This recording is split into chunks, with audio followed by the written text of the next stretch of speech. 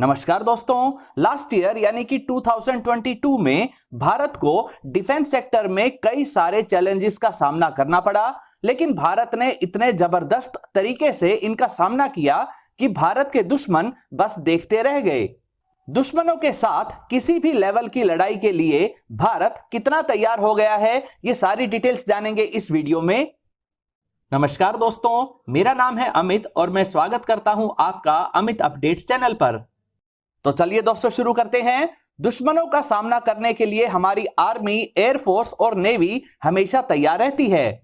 इन सभी की तैयारियों को एक वीडियो में समेट पाना बेहद मुश्किल है, इसलिए इस वीडियो के फर्स्ट पार्ट में हम इंडियन नेवी की जबरदस्त तैयारियों से शुरू करते हैं। दोस्तों, नेवी के सबसे जबरदस्त हथियारों की बात करें तो अग्नि प्राइम मिसाइल ने चाइनीज कैंप में खलबली मचा दी है। अग्नि प्राइम मिसाइल 2000 किलोमीटर दूर तक जाकर दुश्मन के इलाके में मल्टीपल न्यूक्लियर हथियार गिराकर दुश्मन को बहुत बड़ा नुकसान दे सकती है। लेकिन इस मिसाइल की चाइनीज एयरक्राफ्ट कैरियर को एक बार में ही पूरी तरह डिस्ट्रॉय कर सकने की कैपेबिलिटी ने चाइना को इतना बेचैन कर दिया कि चाइना बार बार अपने मिसाइल ट्रैकिंग शिप्स को इंडियन ओशन रीजन में भेज रहा है। ये अग्नि प्राइम मिसाइल पहले बैलिस्टिक मिसाइल की तरह आकाश में काफी ऊंचाई तक जाती हैं और वापस लोअर एटमॉस्फेयर में आने पर बेहद तेज स्पीड पर मैन्यूवर्स करते हुए लगातार लोकेशन चेंज कर रहे एयरक्राफ्ट कैरियर तक पहुंचकर इसे बेहद एक्यूरेसी के साथ डिस्ट्रॉय कर सकती हैं। मैन्यूवरिंग होने के कारण इस बैलिस्टिक मिसाइल को Chinese air defence system counter नहीं कर सकते हैं। इंडियन नेवी के सबसे सोफिस्टिकेटेड हथियारों की बात करें तो उनमें से एक है रॉकेट असिस्टेड टॉर्पीडो। इसने चाइनीज नेवी की सारी प्लानिंग ही खराब कर दी है। चाइनीज नेवी के पास काफी सारे सी मैपिंग और दूसरे रिसर्च शिप हैं, जिनसे चाइना इंडियन ओशन रीजन में उन सेफ पैसेजेस को तैयार करने में लगा हुआ है जहां उनकी सबमरीन्स छुपते हुए बिना ट्रैक हुए इंडियन ओशन में इंडियन नेवी के शिप्स के लिए खतरा बन सके। नेवल शिप्स और सबमरीन्स को मुख्य तौर पर डिस्ट्रॉय करने के लिए टॉर्पीडो का इस्तेमाल किया जाता है, लेकिन समस्या यह है कि इनकी रेंज लगभग 40 किलोमीटर तक ही होती है। चाइनीज नेवी के पास काफी ज्यादा संख्या में नेवल शिप्स मौजूद हैं और इतने सारे शिप्स इंडियन नेवी के शिप्स को चाइनीज सबमरीन्स के नजदीक नहीं आने देंगे। यानी चाइना ने एक तरह से अपनी सबमरीन्स को बचाए रखने का फुल प्रूफ प्लान बना लिया था। लेकिन भारत ने उनकी सारी प्लानिंग को ही खराब करते हुए ऐसा टॉर्पीडो सिस्टम डेवलप कर लिया जिससे 650 किलोमीटर दूर से ही चाइनीज नेवल शिप्स और सबमरीन्स को टारगेट किया जा सके। पहले एक सॉलिड फ्यूल बेस्ड मिसाइल से टॉर्पीडो को चाइनीज नेवल एसेट्स के नजदीक तक पहुंचाकर पानी में लॉन्च कर दिया जाता है। फिर टॉर्पीडो बेहद कम समय में चाइनीज नेवल शिप्स और सबमरीन्स को अपना टारगेट बना सकता है। इस रॉकेट असिस्टेड टॉर्पीडो को कोस्टल एरियाज के अलावा इंडियन नेवी के शिप्स में भी इंटीग्रेट किया जा रहा है। दोस्तों, पिछले वर्ष इंडियन नेवी की ताकत में जबरदस्त बढ़ोतरी की स्वदेशी एयरक्राफ्ट कैरियर आईएनएस विक्रांत ने। आईएनएस विक्रमादित्य के बाद यह भारत का दूसरा एयरक्राफ्ट कैरियर है। $2.9 बिलियन की कीमत में बना आईएनएस विक्रांत 45,000 टन डिस्प्लेसमेंट रखता है और इसकी रेंज 15,000 किलोमीटर तक है। यह 56 किलोमीटर पर आवर की स्पीड से आगे बढ़ सकता है। 2 सितंबर 2022 के दिन इंडियन नेवी में कमीशन्ड आईएनएस विक्रांत पर 24 फाइटर जेट्स ऑपरेट कर सकते हैं। फिलहाल पुराने मिग-29 के फाइटर जेट ही इस पर ऑपरेट करेंगे, लेकिन जल्दी ही इंडियन नेवी फ्रांस से राफेल एम के रूप में बेहतरीन फाइटर जेट को खरीदने वाली है जो इसके ऊपर से ऑपरेट करेंगे। आईएनएस विक्रांत पर 10 MH-60R व KA-31 हेलीकॉप्टर्स जैसे एंटी सबमरीन वॉरफेयर हेलीकॉप्टर्स भी तैनात हैं। आईएनएस विक्रांत पर बैराक 8 एयर डिफेंस सिस्टम भी इंस्टॉल्ड है। नेवी के सबसे पावरफुल एसेट्स में से एक सबमरीन्स की बात करें तो ये लंबे समय तक पानी के नीचे अनडिटेक्टेड रहकर दुश्मन पर अचानक बेहद पावरफुल अटैक करने में कैपेबल होती हैं। दोस्तों, अब भारत के पास न्यूक्लियर प्रोपल्शन वाली अनलिमिटेड रेंज की सबमरीन्स भी मौजूद हैं। भारत ने स्वदेशी तौर पर 2 nuclear powered ballistic missile submarines बना ली हैं। यह है 6,000 टन डिस्प्लेसमेंट वाली आईएनएस अरिहंत और 7,000 टन डिस्प्लेसमेंट वाली आईएनएस अरिघाट। इनके अलावा भी 2 और न्यूक्लियर पावर्ड सबमरीन्स भी जल्दी ही इंडियन नेवी में शामिल हो जाएंगी।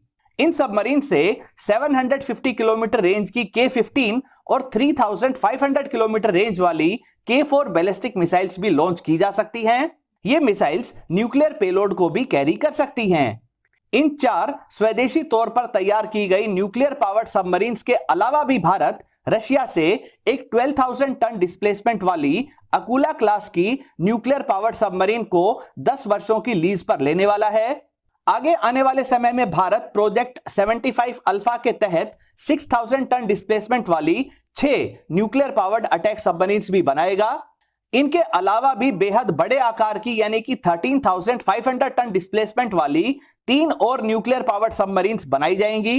इनके लिए ज्यादा पावरफुल न्यूक्लियर रिएक्टर को बनाने पर काम चल रहा है। ट्रेडिशनल डीजल इलेक्ट्रिक सबमरीन्स की बात करें तो इस समय भारत के पास टोटल 16 सबमरीन्स हैं। हाल ही में स्कॉर्पियन क्लास की 5वीं सबमरीन INS वागिर को हमारे समुद्री बेड़े में शामिल किया गया है। एक और इसी तरह की सबमरीन INS वागशीर के सी ट्रायल्स चल रहे हैं और यह भी जल्दी ही इंडियन नेवी में शामिल हो जाएगी। स्कॉर्पियन क्लास की ये सबमरीन्स काफी एडवांस्ड हैं और काफी स्टेल्थी हैं। इनको और ज्यादा कैपेबल बनाने के लिए इनमें स्वदेशी तौर पर तैयार किए गए fuel cell based air independent propulsion system को रिफिट किया जाएगा, जिससे ये सबमरीन्स 45 डेज तक भी पानी के नीचे छुपी हुई रह सकेंगी। सिर्फ इतना ही नहीं, भारत प्रोजेक्ट 75I के तहत 6 और बेहद एडवांस्ड और स्टेल्थी डीजल इलेक्ट्रिक सबमरीन्स बनाने की प्रोसेस पर काम कर रहा है। इन डीजल इलेक्ट्रिक सबमरीन से हैवीवेट टॉर्पीडोज के अलावा एंटी शिप क्रूज मिसाइल्स भी लॉन्च की जा सकती हैं। ब्रह्मोस मिसाइल के सबमरीन लॉन्च्ड वेरिएंट से लेस ये सबमरीन्स इंडियन वाटर्स की सुरक्षा बहुत कैपेबल तरीके से कर रही हैं। भारत अब ना सिर्फ लाइट वेट बल्कि हैवीवेट कैटेगरी के टॉर्पीडो को भी खुद ही तैयार करने लग गया है। दुश्मन की सबमरीन्स को काउंटर करने के लिए पिछले वर्ष काफी जोर शोर से काम किया गया है।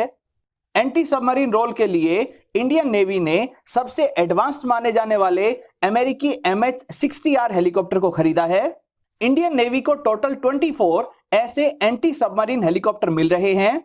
MH-60R को 270 किलोमीटर पर आवर की स्पीड से उड़ने के लिए तैयार किया गया है। यह 3,700 मीटर तक के एल्टीट्यूड तक जा सकता है और इसकी रेंज 830 किलोमीटर तक है। MH-60R एक बड़े इलाके की कॉन्टिन्यूअस मॉनिटरिंग के लिए इंडिपेंडेंटली लॉन्चेबल सिस्टम्स को पानी में लॉन्च कर सकता है, जो हर तरह की अंडर वाटर एक्टिविटी को MH-60R हेलीकॉप्टर व दूसरे नेवल शिप्स तक पहुंचाते हैं। MH-60R एक optical fibre cable attached sonobuoy system को भी इस्तेमाल करता है ताकि किसी खास जगह पर दुश्मन की सबमरीन्स को ट्रैक किया जा सके। दुश्मन की सबमरीन को ट्रैक करते ही MH-60R हेलीकॉप्टर से टॉर्पीडो लॉन्च करके उस सबमरीन को डिस्ट्रॉय किया जा सकता है। दुश्मन के नेवल एसेट्स को ट्रैक करने के लिए MH-60R में powerful multi mode search radar भी लगा हुआ है। ट्रैक करने के बाद दुश्मन के नेवल शिप्स को टारगेट करने के लिए इसमें हेलफायर मिसाइल भी लगाई गई है। अब बात करते हैं इंडियन नेवी के पास मौजूद एयरक्राफ्ट्स की। इंडियन नेवी बेहद एडवांस्ड है और उनके पास अपनी अलग एयर विंग भी है। फाइटर जेट्स की बात करें तो इंडियन नेवी के पास लगभग 40 MiG-29K फाइटर जेट्स हैं, जो भारत के एयरक्राफ्ट कैरियर्स INS विक्रमादित्य और INS विक्रांत से ऑपरेट करते हैं। INS विक्रांत के लिए फ्रांस से 26 राफेल MB खरीदे जा रहे हैं।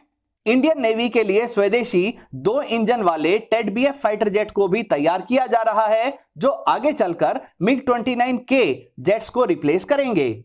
निगरानी के साथ साथ एंटी सबमरीन और एंटी शिप रोल के लिए रशियन IL-38 एयरक्राफ्ट के साथ साथ अमेरिका से लिए गए 12 P-8I एयरक्राफ्ट को भी इंडियन नेवी इस्तेमाल करती है। इसी काम के लिए अमेरिका से सी गार्जियन ड्रोन भी इंडियन नेवी ने लिए हैं।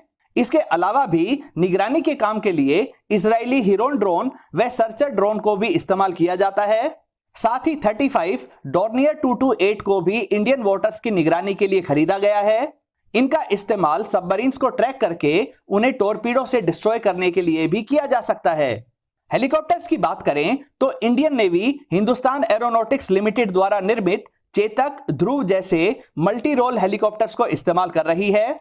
एंटी सबमरीन रोल के लिए रशियन KA-27 व KA-31 भी इंडियन नेवी के शिप्स पर तैनात रहते हैं। अमेरिका से 24 MH-60R भी एंटी सबमरीन रोल के लिए ही खरीदे जा रहे हैं। इंडियन नेवी के पास स्पेशल ऑपरेशंस के लिए मरीन कमांडो फोर्स यानी मार्कोस भी हैं। भारतीय नेवी के पावरफुल नेवल शिप्स की बात करें तो अब हम अपने नेवल शिप्स को खुद ही डिजाइन करके उन्हें इंडिया में ही तैयार करने की कैपेबिलिटी हासिल कर चुके हैं। ज्यादा पावरफुल नेवल शिप्स में लगने वाले गैस टरबाइन इंजन को पहले दूसरे देशों से खरीदा जाता था, लेकिन अब कावेरी इंजन पर बेस्ड नेवल इंजन भी तैयार कर लिया गया है। अब Bharat electric propulsion based naval ships पर भी काम कर रहा है। इंडियन नेवल शिप्स पर लॉन्ग रेंज की एंटी शिप मिसाइल्स भी लगी हुई हैं, जिनमें ब्रह्मोस जैसी सुपरसोनिक मिसाइल भी शामिल है। अब इंडियन नेवल शिप्स पर लेजर बेस्ड हथियारों को भी लगाया जा रहा है। नेवल शिप्स की बात करें तो हमारे पास टोटल 19 कॉर्वेट शिप हैं, जिनमें 3300 टन डिस्प्लेसमेंट वाले कैमोर्टा क्लास के स्टेल्थी कॉर्वेट भी शामिल हैं। इनसे बड़े और ज्यादा पावरफुल फ्रीगेट्स की बात करें तो हमारे पास 12 फ्रीगेट्स हैं। इनमें ब्रह्मपुत्रा क्लास के 3, तलवार क्लास के 6 और 6200 टन डिस्प्लेसमेंट वाले शिवालिक क्लास के 3 स्टेल्थ गाइडेड मिसाइल फ्रीगेट्स भी शामिल हैं। बेहद पावरफुल डिस्ट्रॉयर जहाजों की बात करें तो हमारे पास 11 ऐसे डिस्ट्रॉयर शिप्स हैं। भारतीय इंजीनियर्स ने 7400 टन डिस्प्लेसमेंट वाले कोलकाता क्लास डिस्ट्रॉयर के डिजाइन को और ज्यादा कैपेबल और स्टेल्थी बनाकर विशाखापट्टनम क्लास के डिस्ट्रॉयर शिप्स भी बना लिए हैं। इंडियन नेवी के पास 5 रिप्लेनिशमेंट शिप्स भी हैं, जो खुले ओशन में दूसरे नेवल शिप्स तक फ्यूल, मिसाइल्स, फूड और स्पेयर्स को पहुंचा सकते हैं। इंडियन नेवी रिसर्च, सर्वे और मिसाइल ट्रैकिंग के लिए 10 नेवल शिप्स भी ऑपरेट करती है। दुश्मन देश के नेवल शिप्स को डिस्ट्रॉय करने के लिए नई से नई मिसाइल्स डेवलप की जा रही हैं। वे विदेशों से भी इस तरह की मिसाइल्स खरीदी जा रही हैं, जो समुद्र की सतह के बेहद नजदीक उड़ती हैं, जिस वजह से इन्हें ट्रैक करना बेहद मुश्किल होता है। दोस्तों, कुल मिलाकर कहें तो इंडियन नेवी बेहद पावरफुल है और इसे बेहद एडवांस्ड भी बनाया जा रहा है। हालांकि कुछ चैलेंजेस भी इंडियन नेवी के सामने हैं। 7500 किलोमीटर लंबी कोस्ट लाइन को सिक्योर रखने के लिए हमारे पास 3 एयरक्राफ्ट कैरियर्स होने चाहिए, लेकिन अभी 2 ही operational aircraft carriers Indian Navy के पास हैं।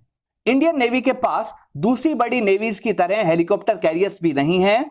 सी माइंस को हटाने लायक माइन स्वीपर शिप्स की भी कमी है। इसी तरह फ्लीट सपोर्ट शिप्स की कमी को भी अभी तक पूरा नहीं किया जा सका है। सबमरीन्स को बनाने की स्पीड भी काफी कम है।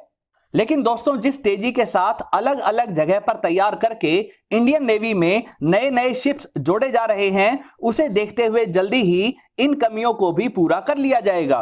दोस्तों, उम्मीद करता हूं कि इंडियन नेवी से रिलेटेड ये वीडियो आपको पसंद आई होगी।